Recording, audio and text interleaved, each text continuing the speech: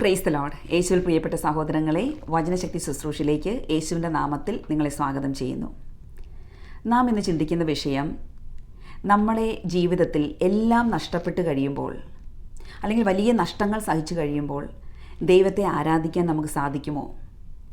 നമ്മുടെ ദുഃഖത്തിൽ, വേദനയിൽ ദൈവത്തെ ആരാധിക്കാൻ, ദൈവത്തോട് പ്രാർത്ഥിക്കാൻ നമുക്ക് സാധിക്കുമോ? ഇത് നമ്മുടെ വിശ്വാസ ജീവിതത്തിലെ വലിയൊരു പ്രതിസന്ധിയാണ്, വലിയൊരു ചാലഞ്ചാണ്. എല്ലാം അപ്രതീക്ഷിതമായി പെട്ടെന്ന് നഷ്ടപ്പെട്ടു കഴിഞ്ഞാൽ, എല്ലാം നന്നായി പൊക്കോണ്ടിരിക്കെ പെട്ടെന്നൊരു ദിവസം ഒരു ദുരന്തത്തിൽ അകപ്പെട്ടു പോയാൽ ദൈവത്തെ നമുക്ക് അതിൽ കാണാൻ സാധിക്കുമോ? ദൈവത്തെ ആരാധിക്കാൻ നമുക്ക് സാധിക്കുമോ?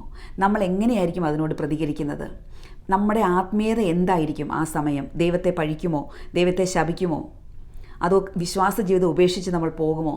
എന്തായിരിക്കും നമ്മുടെ ആദ്യത്തെ ഒരു പ്രതികരണം? നമുക്കെല്ലാവർക്കും ജോബിനെ അറിയാം, ജോബിൻ്റെ സഹനങ്ങൾ അറിയാം.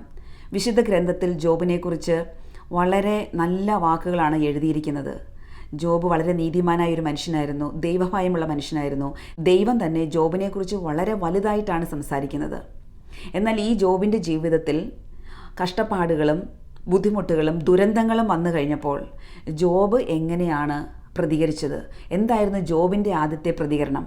ഇത് നമ്മുടെ ജീവിതത്തിൽ നമുക്ക് നൽകുന്ന വളരെ വലിയൊരു പാഠമാണ്.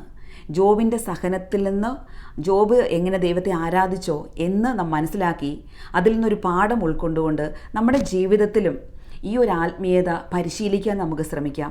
ഇതിനായി ദൈവത്തോട് ഒരു കൃപ യാചിക്കാം. ജോബിൻ്റെ പുസ്തകം 1-ാം അധ്യായം 20-21 വാക്യങ്ങളിൽ ഇപ്രകാരം പറയുന്നുണ്ട്. ജോബ് ഒറ്റ ദിവസം കൊണ്ട് തന്നെ തൻ്റെ മക്കളെയെല്ലാം നഷ്ടപ്പെട്ട വാർത്ത കേട്ടപ്പോൾ, അല്ലെങ്കിൽ തൻ്റെ നഷ്ടങ്ങളെക്കുറിച്ചുള്ള വാർത്ത കേട്ടപ്പോൾ ഇങ്ങനെയാണ് പ്രതികരിച്ചത്. നമുക്കൊന്ന് ചേർന്ന് വായിക്കാം. ജോബിൻ്റെ പുസ്തകം 1-ാം അധ്യായം 20-21 വാക്യങ്ങളിൽ ഇങ്ങനെ പറയുന്നു. ജോബ് എഴുന്നേറ്റ് അങ്കി വലിച്ചു കീറി, ശിരസ് മുണ്ഡനം ചെയ്തു, സാഷ്ടാംഗം വീണ് നമസ്കരിച്ചു. അവൻ പറഞ്ഞു, അമ്മയുടെ ഉദരത്തിൽ നിന്ന് നഗ്നനായി ഞാൻ വന്നു, നഗ്നനായി തന്നെ ഞാൻ പിൻവാങ്ങും.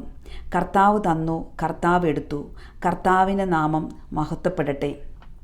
കർത്താവിൻ്റെ നാമം മഹത്വപ്പെടട്ടെ. ഇംഗ്ലീഷ് ബൈബിളിൽ പറയുന്നുണ്ട്, ജോബ് ദൈവത്തെ ആരാധിച്ചു, വേർഷിപ്പ് ദ ലോർഡ്. ജോബ് സാഷ്ടാംഗം വീണ് ദൈവത്തെ ആരാധിച്ചു. അതിനുശേഷം പറഞ്ഞു, ദൈവം തന്നു. ദൈവത്തിൻ്റെ ദാനമാണ് തൻ്റെ ജീവിതത്തിലെ എല്ലാം എന്ന് അംഗീകരിച്ചുകൊണ്ട്, ദൈവത്തിന് മഹത്വം കൊടുത്തുകൊണ്ട് ജോബ് പറഞ്ഞു, ദൈവം തന്നു, ദൈവം എടുത്തു, ദൈവത്തിൻ്റെ നാമം മഹത്വപ്പെടട്ടെ. എൻ്റെ പ്രിയപ്പെട്ട സഹോദരങ്ങളെ, നമുക്കെല്ലാവർക്കും ജീവിതത്തിൽ ബുദ്ധിമുട്ടുകളും ദുരന്തങ്ങളും ഉണ്ടാകുമ്പോൾ ആദ്യം ഇങ്ങനെ പ്രതികരിക്കാൻ സാധിക്കുമോ എന്നറിയില്ല.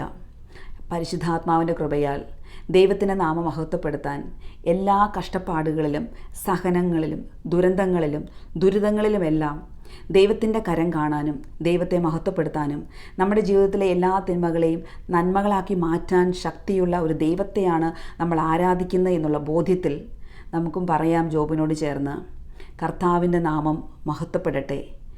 നമുക്ക് എല്ലാ കാര്യങ്ങളും നന്നായി പോകുമ്പോഴും, എല്ലാ കാര്യങ്ങളും നമ്മുടെ ബുദ്ധിയിൽ അറിയാതിരിക്കുമ്പോഴും ദൈവത്തെ മഹത്വപ്പെടുത്താൻ എളുപ്പമാണ്. എന്നാൽ ജോബിന് തൻ്റെ ജീവിതത്തിൽ സഹനങ്ങൾ വന്നപ്പോൾ എന്തുകൊണ്ടാണ് ഇങ്ങനെ സംഭവിക്കുന്നത് എന്ന് പോലും മനസ്സിലായിട്ടില്ല. എങ്കിലും ജോബ് ദൈവത്തെ പഴിക്കുകയോ പരാതി പറയുകയോ ചെയ്യാതെ ദൈവത്തിൻ്റെ നാമം മഹത്വപ്പെടുത്തി. ഇതുപോലെ നമ്മുടെ ജീവിതത്തിലും അപ്രതീക്ഷിത സംഭവങ്ങൾ കടന്നു വരുമ്പോൾ, പെട്ടെന്ന് ദുരന്തങ്ങൾ കടന്നു വരുമ്പോൾ പതറാതെ ദൈവത്തിൻ്റെ ശക്തിയിൽ ആശ്രയിച്ച്, പരിശുദ്ധാത്മാവിൽ ആശ്രയിച്ച്, ദൈവത്തെ പഴിക്കാതെ, ദൈവത്തെ ശപിക്കാതെ ദൈവനാമം മഹത്വപ്പെടുത്താനുള്ളൊരു കൃപ നമുക്കുണ്ടാവട്ടെ. അതിനായി ദൈവത്തിൻ്റെ വചനം നമ്മളെ ശക്തിപ്പെടുത്തട്ടെ. ഈ ജോബിൻ്റെ ജീവിതത്തിൽ നിന്ന് വചനത്തിലൂടെ നമ്മൾ വായിച്ചു കേട്ടതുപോലെ നമ്മളും വചനത്താൽ ശക്തിപ്പെടട്ടെ, പരിശുദ്ധാത്മാവിനാൽ ശക്തിപ്പെടട്ടെ. യേശുവിൻ്റെ കൃപ നമ്മളോടുകൂടി ഉണ്ടായിരിക്കട്ടെ. പരിശുദ്ധ അമ്മയുടെ മധ്യസ്ഥത നമ്മളോടുകൂടി ഉണ്ടായിരിക്കട്ടെ. ദൈവം നമ്മളെല്ലാവരെയും അനുഗ്രഹിക്കട്ടെ. ആമേൻ.